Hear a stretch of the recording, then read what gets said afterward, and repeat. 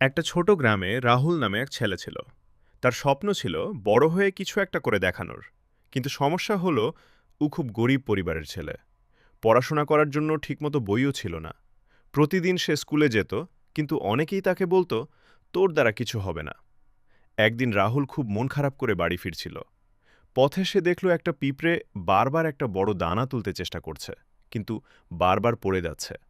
তবুও পিঁপড়েটা হাল ছাড়েনি। বহুবার চেষ্টা করার পর অবশেষে সে দানাটা তুলে নিয়ে গেল।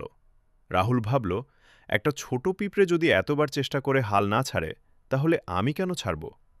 সেদিন থেকে সে আরও মন দিয়ে পড়াশোনা শুরু করল। কষ্ট হলেও থামেনি। কয়েক বছর পর সে পরীক্ষায় খুব ভালো ফল করল এবং শহরে পড়াশোনার সুযোগ পেল। যারা একদিন বলেছিল, তোর দ্বারা কিছু হবে না, তারাই আজ বলে, রাহুল, তুই আমাদের গ্রামের গর্ব। গল্পের শিক্ষা: কেউ যদি তোমাকে ছোট করে দেখে, তাতে কিছু যায় আসে না। হাল না ছাড়লে একদিন সফলতা আসবেই।